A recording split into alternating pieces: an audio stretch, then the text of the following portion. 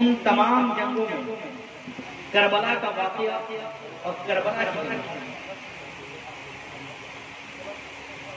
یہ ایک یونیک اور ایکسپشنل لڑائی تھی. کہیں بھی کفر و اسلام کا ایسا مارکا نہیں دیکھا گیا، کہیں بھی حق و باطل کی لڑائی ایسی نہیں دیکھی گئی کہ دونوں سے قرآن پڑھا جاتا ہے. دونوں پارٹیوں نعرے تکبیر بلند ہوتے تھے. جنگ کے دونوں فریقین کے درمیان کلمہ شہادت مشترک تھے.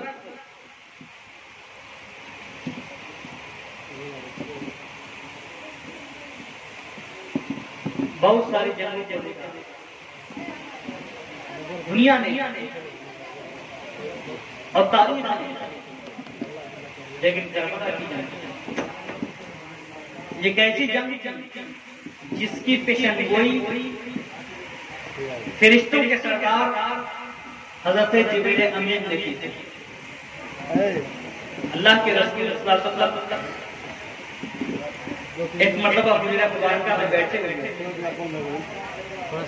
ام المؤمنین حضرت ام سلمہ رضی اللہ تعالی عنہا موجود تھی. امام ابن ماجہ رحمۃ اللہ تعالی نے اپنی سنن میں اور امام ترمذی نے اپنی سنن میں روایت نقل کی ہے. استأذن ملک المطر ان یأتی النبی صلی اللہ علیہ وسلم. آپریٹر صاحب سے گزارش ہے کہ ان کو بالکل ختم کر دیں. جب نعت کھانی ہوئی اس وقت فرمائش کے اعتبار سے ان کو ہم جس تک جتنا بھی پڑھا ان کو ابھی بالکل فی الحال ختم کر دیں، کیونکہ تقریر کا مقصد ہوتا ہے کہ کچھ چیزیں آپ کو بتائی جائیں، آپ کے ذہن و دماغ میں اگر کچھ چیزیں اتر جاتی ہیں، کوئی چیز آپ کے دل میں اتر گئی، اچھی لگ گئی، آپ نے اس پہ عمل کر لیا، تو ہو سکتا ہے کہ قیامت کے دن وہ چیز آپ کی نجات کا ذریعہ بن جائے اور میرے لیے بھی نجات کا ذریعہ بن جائے. تو غور سے سنیں، درود پاک پڑھیں. اللہم صلی علی سیدنا و شفیع و حبیبنا مولانا محمد وعلی آلہ و اصحابہ وبارک وسلم. صلو علیہ الصلاۃ والسلام علیک یا سیدی یا حبیبی یا رسول اللہ صلی اللہ تعالی علیہ وسلم. میں حدیث مبارک بیان کر رہا تھا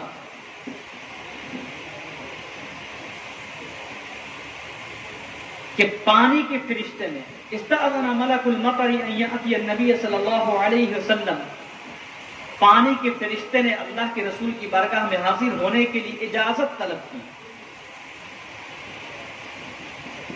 دیکھیے حدیث مبارک ہے، حدیث مبارک کے الفاظ کو دیکھیں، اس سے ہمیں عقیدہ بھی مل رہا ہے کہ فرشتے بھی اللہ کے رسول کی بارگاہ میں حاضر ہو رہے ہیں تو اجازت طلب کر رہے ہیں. ہمارے نبی کا مقام اور ہمارے نبی کا مرتبہ یہ ہے،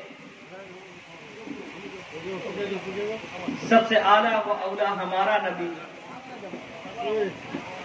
امام عشق و محبت فرماتے ہیں فرشتہ جب نبی کی بارگاہ میں آنا چاہ رہا ہے تو محدث کے الفاظ ہیں استأذن ملک المطر ان یأتی النبی صلی اللہ علیہ وسلم. راوی کے الفاظ ہیں، راوی بیان کرتا ہے کہ بارش کے فرشتے نے اجازت طلب کی اللہ کے رسول کے بارگاہ میں حاضر ہونے کے لیے. فلما اذن، جب اجازت دے دی گئی، اندر آیا تو فرشتے نے اللہ کے رسول کی بارگاہ میں عرض کیا رسول اللہ دروازے بند کر دیے جائیں، دروازے بند کر دیے جائیں. اللہ کے رسول نے تم سلمہ کو حکم دیا املکی علینا الباب، اور ایک روایت میں یہ ہے احفظی علینا الباب، کہ دروازے کو بند کر دو. حضرت ام سلمہ آگے بڑھی دروازہ بند کرنے کے لیے. جاء الحسین وقصب، حدیث کے الفاظ ہیں کہ حضرت امام حسین دروازہ بند کر رہی تھی، اسی درمیان حضرت امام حسین آ گئے. حضرت ام سلمہ نے باہر کرنا چاہا کہ اللہ کے رسول کا حکم ہے کہ دروازہ بند کر دو. دروازہ بند کرنے کا مطلب یہ ہے کہ کسی کو آنے کی اجازت نہ ہو، کوئی نہ آئے. حضرت امام حسین اسی وقت آ رہے ہیں، انہیں روکنا چاہا. حضرت امام حسین ننھے سے تھے، نیچے سے نکل آئے. اللہ کے رسول نے کہا کہ آنے دو. اللہ کے رسول کے پاس سیدھے گئے. جانے کے بعد کبھی اللہ کے رسول کے زانو مبارک پہ بیٹھتے ہیں، کبھی گود میں بیٹھ جاتے ہیں. اللہ کے رسول بھی بہت پیار کرتے ہیں. فرشتہ دیکھتا ہے، پوچھتا ہے اتحبہ، یا رسول اللہ آپ ان سے بہت زیادہ محبت کرتے ہیں؟ قال نعم. اللہ کے رسول نے کہا کہ ہاں بہت محبت کرتا ہوں. کیونکہ حدیث کے تو الفاظ ہیں نا. اللہ کے رسول ارشاد فرماتے ہیں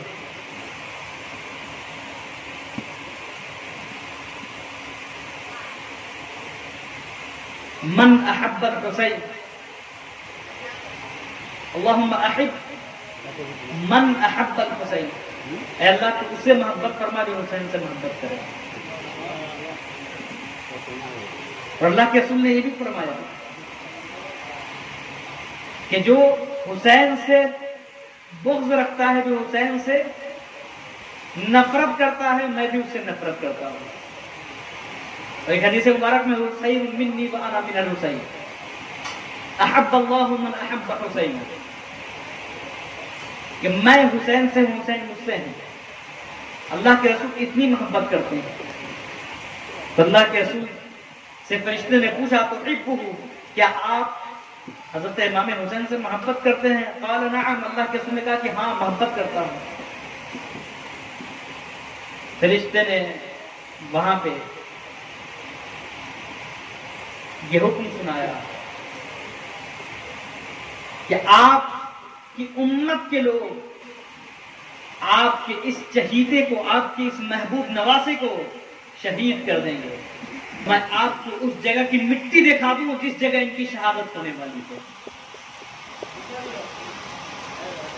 اس کے بعد فرشتے نے ہاتھ مارا،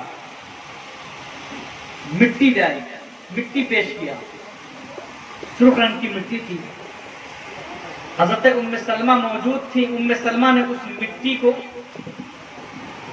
اپنی چادر میں باندھ کر کے رکھ لیا. یہ واقعہ ہوا، فرشتے نے سنا دیا. اس کے بعد اللہ کے رسول سے جو باتیں ہوئی، فرشتہ چلا گیا.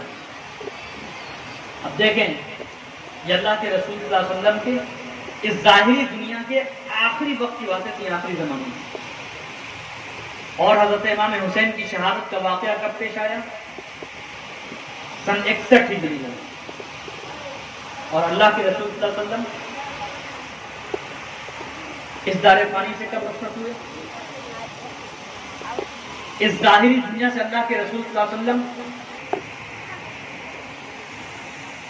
علیہ وسلم کے پردہ فرمانے کے تقریباً 50 سال کے بعد یہ کربلا کا واقعہ رونما ہوا. 50 سالوں کے بعد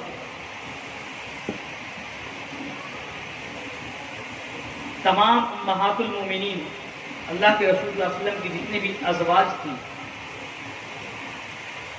حضرت عائشہ رضی اللہ تعالی عنہا اور حضرت ام سلمہ کے علاوہ سب کے سب اس دنیا سے رخصت ہو گئے. جس وقت شہادت ہوئی اس وقت حضرت ام سلمہ مدینے میں موجود تھی، اور مدینے سے کربلا کی مسافت 1000 میل سے زیادہ ہے. حضرت ام سلمہ اس وقت موجود تھی جس وقت شہادت ہوتی ہے تو ام سلمہ خواب دیکھتی ہے.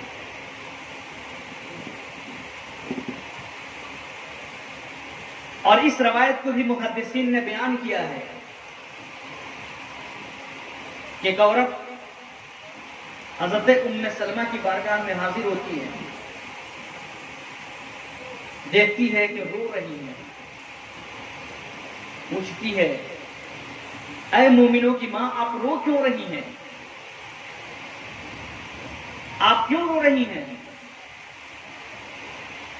عرض کرتی ہیں رأیت رسول اللہ صلی اللہ علیہ وسلم فی المنام آنفا، میں نے ابھی ابھی اللہ کے رسول صلی اللہ علیہ وسلم کو خواب میں دیکھا ہے، اور اللہ کے رسول صلی اللہ علیہ وسلم بہت غمزدہ نظر آ رہے ہیں۔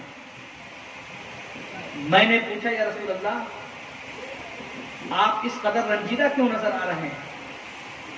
حدیث کے الفاظ ہیں وَعَلَيْهِ التُّرَابُ، کہ اللہ کے رسول صلی اللہ علیہ وسلم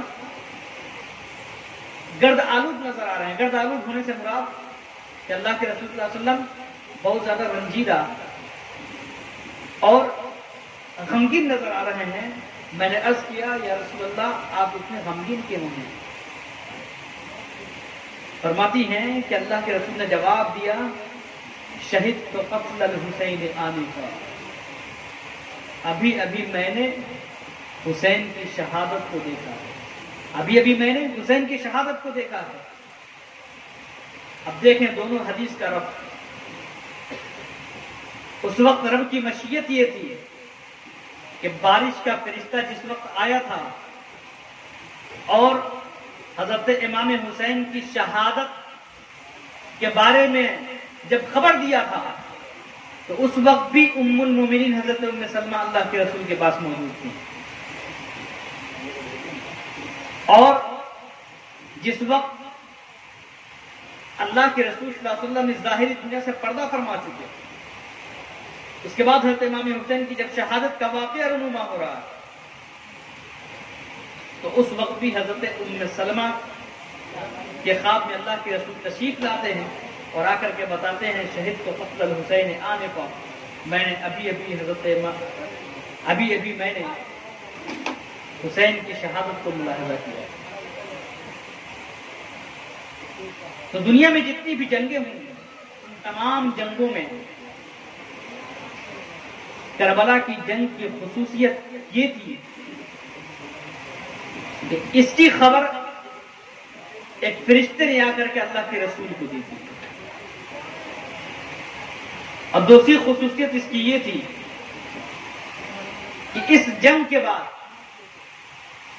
دنیا نے دیکھا کہ جو عارضی طور پہ شکست سے دوچار ہو گیا، دنیا نے دیکھا کہ جن کے لاشوں پہ گھوڑے دوڑا دیے گئے، دنیا نے دیکھا کہ جس کے سر کو تن سے جدا کر کے نیزے پہ چڑھا دیا گیا، اور جو قوم فاتح بنی، جس نے گھوڑے دوڑائے، جس نے سروں کو تن سے جدا کیا، دنیا نے دیکھا کہ وہ ہمیشہ ہمیش کے لیے نیست و نابود ہو گئی۔ میدان کربلا کے جو بڑے بڑے کمانڈر تھے، شمر بن جوشن بڑا کمانڈر تھا۔ آپ دنیا بہت بڑی ہے اور اس وقت دنیا بہت ترقی یافتہ بھی ہے، انٹرنیٹ کا زمانہ ہے، آپ سرچ کر کے دیکھ لیں، آپ کو شمر نام کا کوئی بھی شخص،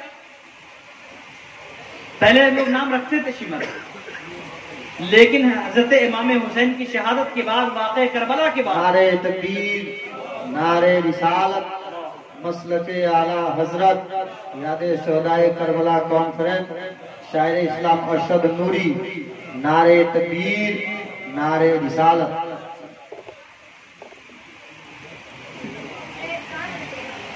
درود پاک پڑھیں، اللہم صلی علی سیدنا شفیعنا حبیبنا مولانا محمد وعلی آلہ واصحابہ وبارک وسلم، صلو علیہ الصلاۃ والسلام علیک یا سیدی یا حبیبی یا رسول اللہ صلی اللہ تعالی علیہ وسلم۔ میں اپنی بات کو مختصر کر کے سمیٹ رہا ہوں کہ دنیا میں جتنی بھی جنگیں ہوئی، ان تمام جنگوں میں فاتح قوم کا جھنڈا لہرایا لیکن اس جنگ میں فاتح قوم کا جھنڈا ہمیشہ کے لیے نگوں ہو گیا. اس جنگ کا جو سب سے بڑا ماسٹر مائنڈ تھا یزید. دنیا میں بڑے بڑے محدث پیدا ہوئے, بڑے بڑے مفسر پیدا ہوئے, بڑے بڑے فقہ کے امام پیدا ہوئے, دنیا میں بڑے بڑے اولیاء کرام تشریف لائے, لیکن کسی نے بھی اپنے بچے کا نام یزید نہیں رکھا. اب تاریخ اٹھا کر کے دیکھ لیجیے, محدثین کی جماعت میں سینکڑوں محدثین ملیں گے, مفسرین کی جماعت میں آپ کو سینکڑوں مفسرین ملیں گے, فقہ کی جماعت میں آپ کو ہزاروں فقہ ملیں گے, لیکن کسی فقیہ کا نام آپ کو یزید نہیں ملے گا. کسی تابعی نے اپنی اولاد کا نام یزید رکھنا پسند نہیں کیا. اس وقت جتنے بھی صحابہ موجود تھے, کسی صحابی نے اپنے بچوں کا نام رکھنا یزید پسند نہیں کیا. اور آج بھی پوری دنیا میں کہیں بھی کوئی اپنا نام یزید رکھنا پسند نہیں کرتا. آپ گلف میں چلے جائیں, گلف کے کسی بھی کونے میں چلے جائیں, بڑی بڑی کمپنیاں ملیں گی, بڑے بڑے نام ملیں گے, بڑے بڑے علماء ملیں گے, بڑے بڑے بزنس مین ملینار اور بلینار ملیں گے, لیکن کسی کا نام بھی آپ کو یزید نہیں ملے گا. حسین آپ کو بہت نام ملے گا. قتل حسین اصل میں مرگ یزید ہے. حضرت امام حسین کی شہادت یزید کی موت ہے. اسلام زندہ ہوتا ہے ہر کربلا کے بعد. اللہ تبارک و تعالیٰ کی بارگاہ میں دعا ہے کہ اللہ تبارک و تعالیٰ ہم سب کو ان لوگوں میں سے بنائے جو اچھی باتوں کو سنتے ہیں تو اس پہ عمل کرتے ہیں. استغفر اللہ ربی من کل ذنب و اتوب الیہ.